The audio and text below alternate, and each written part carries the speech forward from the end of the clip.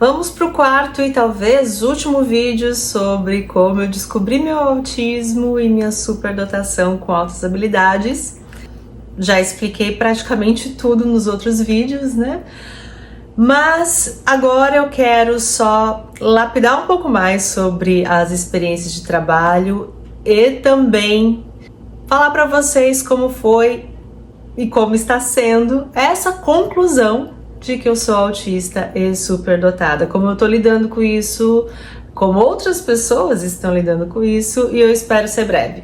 Sobre o trabalho, é um tópico bem difícil para os autistas. Poucos autistas acabam relatando muito sucesso na hora de procurar emprego, né? A maior parte tem dificuldades, a maior parte relata muitas barreiras para conseguir um bom trabalho. E para mim essa questão do trabalho também foi sempre muito difícil, muito complicada. Eu vendia, né, Avon, vendia bijuteria de revistinha, essas coisas para fazer um dinheirinho extra na adolescência. Porém eu fui de verdade para o mercado de trabalho em 2006, quando eu comecei a tentar começar uma carreira como psicóloga, e não foi fácil, e eu estava tentando apenas como psicóloga, né, já que eu tinha recém me formado, e eu estava fazendo trabalho voluntário na Delegacia da Mulher, estava tentando. Porém, a grana estava muito curta e o meu ex-marido começou a reclamar muito de eu não estar trabalhando. E eu me lembro que na época foi um choque para mim pensar, nossa, é que eu ainda tô tentando começar a minha carreira como psicóloga, mas é verdade, né? A gente tá precisando de dinheiro. E isso já foi um choque muito grande para mim, dessa questão também da rigidez cognitiva. Poxa, eu tenho uma profissão, como é que eu vou fazer outra coisa agora? Eu já vou desistir então da psicologia? Essa falta de flexibilidade, né? Eu tentei, eu botei um monte de currículo e ninguém me chamava, e eu tinha uma desregulação emocional muito grande também por tudo que estava acontecendo na época. Perdi amigo, enfim, tava pesado assim, né? Perdi no sentido de morte mesmo. Então eu tava também emocionalmente assim muito mal, e foram as primeiras experiências que eu tive com autismo e trabalho, porque quando eu pegava um trabalho, eu peguei na área de comércio, né? Eu tava ali fazendo vendas numa loja. Eu dava também o meu melhor, mas eu já comecei a perceber que tinha daí muito agito, muita coisa acontecendo, e aquilo já estava me sobrecarregando, eu já estava mal, e eu fui ficando pior, tive uma depressão, e essa foi a fase assim de procurar trabalho, ter pequenos trabalhos e nada dá certo. Até que eu me separei, casei de novo, mudei de cidade e passei em concurso público, passei em mais de um concurso público, inclusive. E daí vem a superdotação, né? Tipo, a facilidade em estudar, a facilidade de passar em prova, a facilidade de conseguir trabalhar com aquilo que eu estudei. Daí realmente aconteceu, daí realmente eu consegui fazer o trabalho. Só que era já complicado, porque entre um atendimento e outro no SUS, eu queria fechar a porta e ter ali o meu momento, meus 5, 10 minutos, né? E às vezes vinha uma colega de trabalho conversar comigo, batia na porta, queria falar, e aquilo me sobrecarregava, e eu não sabia explicar por quê. Eu achava que era só porque a minha cabeça estava cheia ainda de um atendimento para o outro.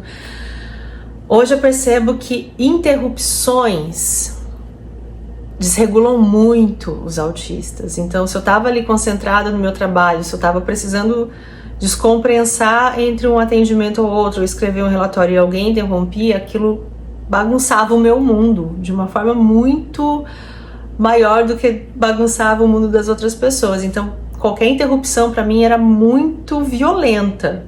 Esses pequenos intervalos eram fundamentais para mim. No final, tive burnout. É difícil trabalhar no SUS, na área da saúde, não ter um burnout, porque a gente trabalha muito e a gente trabalha muito mesmo, a gente se dedica. Depois eu fui para a área empresarial, né? Tive ali a oportunidade de fazer um schedule, os meus horários de trabalho mais tranquilos, mais adaptados para mim, respeitando um pouco mais o meu ritmo. Tive alguns pacientes no particular também, mas daí a gente escolhe os horários. Então, fiz voluntário também, trabalho voluntário, mas tudo eu tinha maior controle daí do meu tempo, foi mais tranquilo para mim. Porém, eu me mudei para os Estados Unidos, né? E eu vou falar uma das experiências de trabalho que eu tive que é a mais simbólica do que é o autismo. Eu me tornei funcionária pública em Massachusetts, numa escola para crianças pré-adolescentes, né? 12, 13, 14 anos, tinha até de 15. No começo tava tudo bom, mas logo em seguida eu fui meio que promovida. E eu ia substituir os professores que faltavam e eu ia ter também a minha própria turma para liderar. E para isso eles iam me dar os conteúdos que eu ia trabalhar e acesso ao sistema, né, de pontuação, acesso ao sistema dos professores, para ter acesso também aos conteúdos, né? E eu não tive nada disso. Começou o ano letivo, eu tinha uma turma para liderar e eu tinha que substituir os professores que faltavam sem aviso prévio de todas as matérias e nada disso estava estruturado e eu não tinha acesso à rede online da escola. Então foi o caos. Isso me desestruturou completamente. Por quê? Primeiro porque o autista quer previsibilidade. E eu chegava lá às 7 da manhã sem saber qual professor eu ia substituir, qual matéria e qual língua dos alunos. Eram alunos que falavam inglês, português ou espanhol? Não sei, eu ia saber na hora, eu ia saber no dia. Isso é completamente... Gente, só de lembrar eu fico mal. Isso me desconcertava completamente e eu comecei a ter crise de ansiedade antes de chegar na escola. Outra coisa, eu não sabia o conteúdo, né? Então eu chegava lá, o professor tinha que ter deixado algum conteúdo preparado. Eu não sabia. Eu ia ter que ver ali na hora qual era o conteúdo, passar para os alunos. Se eles tinham alguma dúvida, eu ia dar o meu melhor para tentar responder. Tinha também que supervisionar a turma, tinha que ter certeza que eles estavam usando a máscara, usando álcool em gel nas mãos. Então era muita coisa para tomar conta, além do comportamento dos alunos. E tudo isso sem aviso prévio, sem saber qual turma eu ia pegar, qual a faixa etária, um inferno. Além disso, o sinal, né? Bati o sinal para troca de aulas, aquele gritedo dos alunos, então aquele estímulo sonoro infernal o tempo todo. Isso sem ter acesso ao sistema online da escola e o login e senha não funcionava, eu não tinha como fazer o meu trabalho bem feito e eles não resolviam o problema e eu não podia resolver o problema porque eu não tinha esse poder. E isso é extremamente estressante também. E tinha as minhas turmas, né, que eu tinha que inventar coisas para fazer com eles, porque como eu não tinha acesso ao sistema, eu não tinha acesso às aulas que já estavam preparadas lá dentro, que a escola queria que eu ensinasse.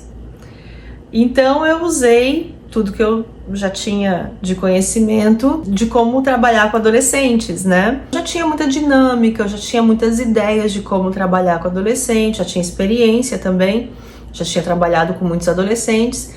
Então eu fui usando tudo que eu lembrava, todos os materiais que eu tinha. Eu me virei muito bem. Teve adolescentes assim que até choraram quando eu saí da escola, né, pedi demissão, não se conformavam que eu estava saindo. Então assim, eu dei tudo de mim, eu fiz um trabalho legal com as turmas, só que dentro de mim eu estava chegando no meu limite. Eu estava explodindo, porque não tinha organização da forma que um autista precisa, né? Não tinha estrutura e eu não tinha como construir uma estrutura que eu poderia, né, tentar fazer aquilo funcionar, mas estava muito fora do meu controle. Então eu cheguei no meu limite, eu comecei a ter crise de ansiedade antes de entrar na sala de aula e eu comecei a me trancar no banheiro da escola para desestressar, porque eu não conseguia ir para a sala dos professores também. Por quê? Eu já estava estressada, já estava tendo a crise de ansiedade, ainda ter que interagir era demais para mim. Então, bem difícil, eu tentava me esconder para almoçar sozinha, bem coisa de autista mesmo, gente, sabe? E quando eu pedi demissão, eu me senti fracassada, aquilo me doeu demais, foi assim um banho de água fria que eu dei em mim mesma. Que eu tava toda feliz, que eu tava num cargo público em Massachusetts, a educação daqui é a melhor do país. E eu pensava muito no meu currículo também, nossa, isso vai ser muito bom pra mim, né? Quando eu voltar pro Brasil, poder dizer, nossa, eu trabalhei numa escola em Massachusetts, ia ser maravilhoso. A sensação de fracasso foi destruidora e eu fui buscar terapia. E a terapeuta não deu conta. Eu tentei duas, nenhuma deu conta. A gente tinha um teto, sabe? Não progredia, a partir dali não passava. A última psicóloga, ela fazia até as perguntas certas, ela estava fazendo coisas com uma técnica legal, porém, ela não entendia o meu sofrimento, ela não entendia a minha angústia em relação ao trabalho, minha necessidade de estrutura, de ordem, de silêncio. Ela estava muito chocada com quanto as coisas me impactavam, com quanto as coisas me desequilibravam. E a gente tentou, viu? A gente tentou por um bom tempo e a terapia não deu conta. Eu queria mudar o meu comportamento e eu não conseguia. Como ela não tinha conhecimento em autismo, ela não entendeu. Então, quando eu passei a ter conhecimento de autismo em mulheres e principalmente o autismo em adultos, né, como é, daí tudo fez sentido. Tudo fez sentido. Perder um trabalho que eu queria tanto, que os meus patrões estavam gostando do resultado e mesmo assim eu pedi demissão, acho que foi o chacoalhão que eu precisava para entender que algo de muito errado estava acontecendo comigo. Comecei a tomar antidepressivo, né? Como eu falei, fiz terapia.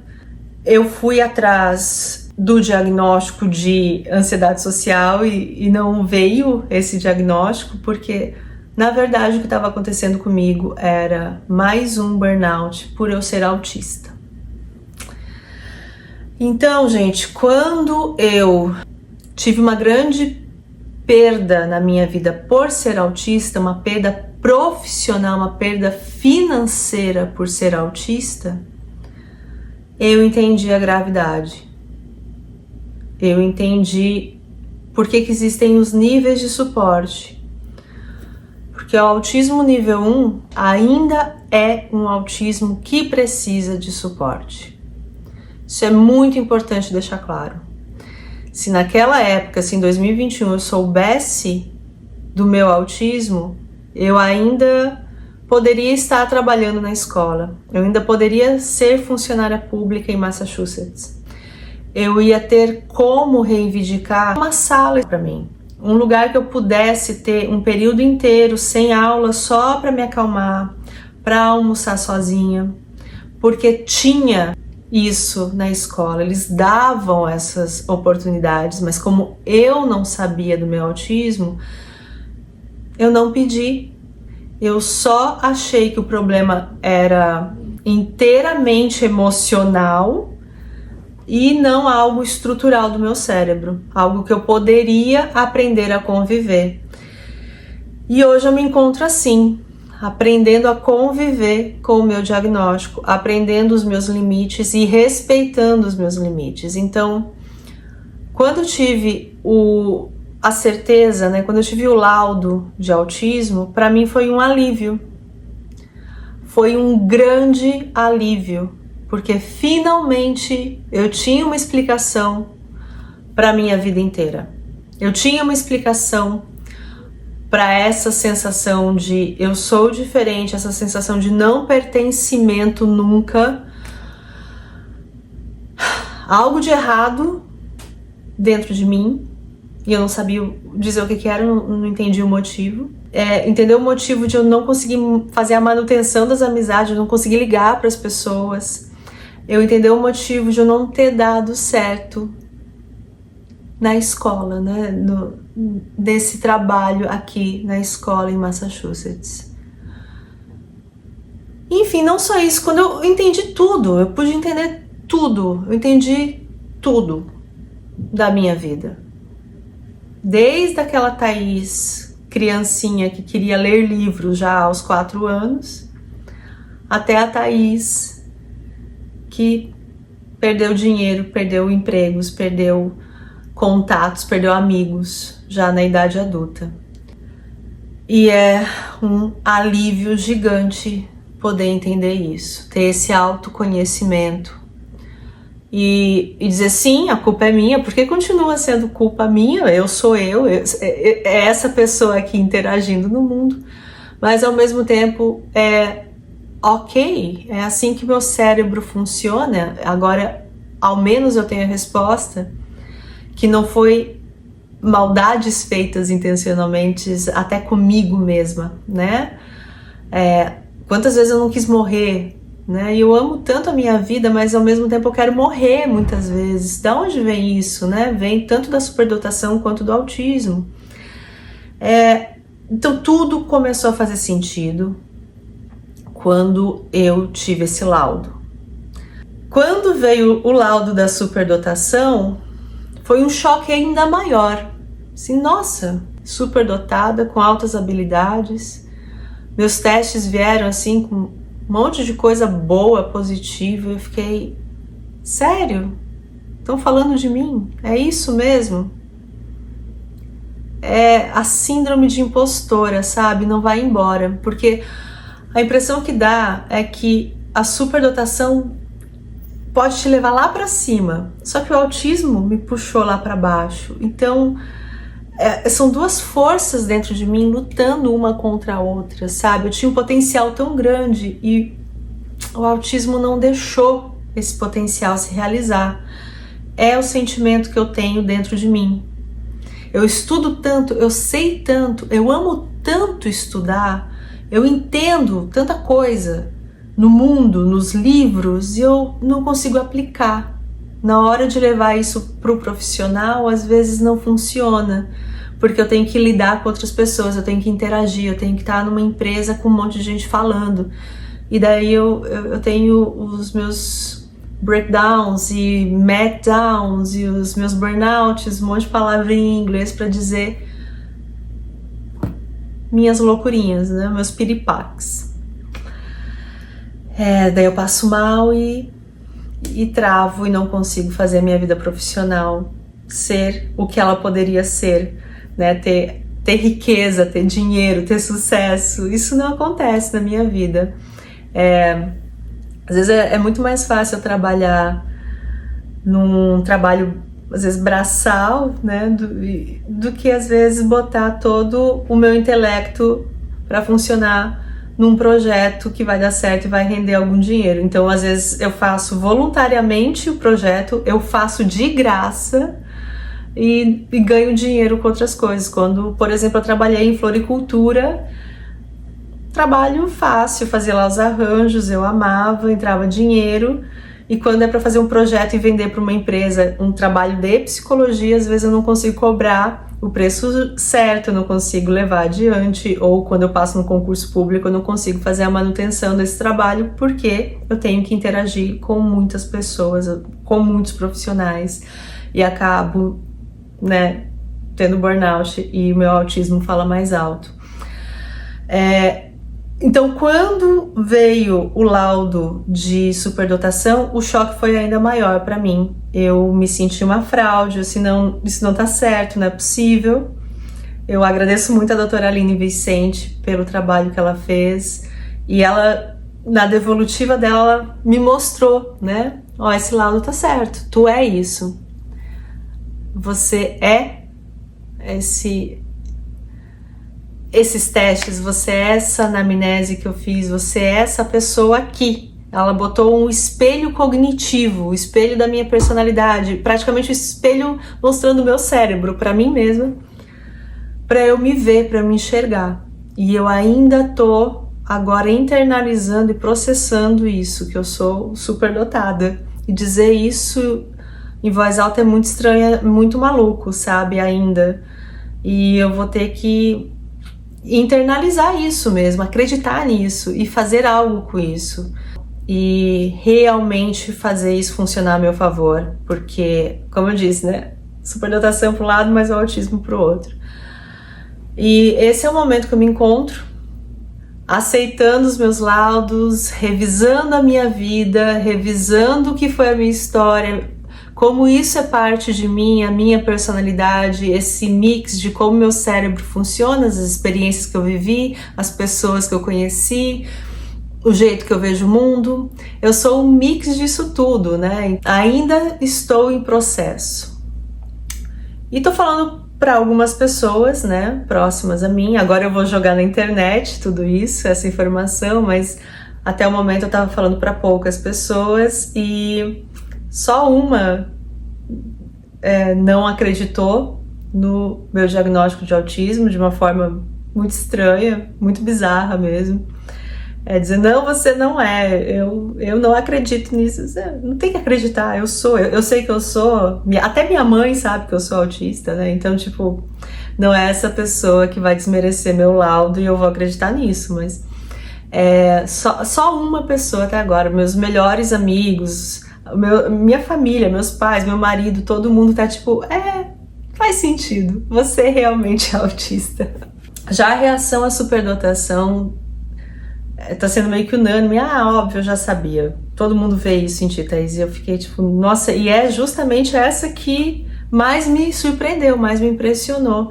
O autismo não me impressionou, a superdotação sim.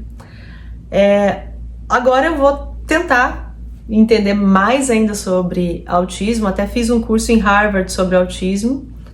A louca, né? Já tô hiperfoco em autismo. Já fiz curso, já tô estudando.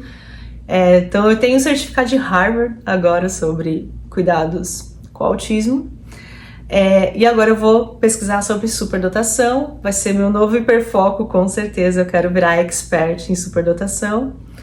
E talvez eu grave mais vídeos a respeito, mas ainda estou nesse processo, como eu falei, de entender e internalizar tudo isso. É isso. Eu agora vou encerrar por aqui. Espero receber comentários de vocês. Por favor, sejam carinhosos aqui comigo, tá bom? Tudo isso é muito novo, exijo respeito. E não, vacinas não causam autismo. Pode ser conteúdo para um próximo vídeo, mas é isso.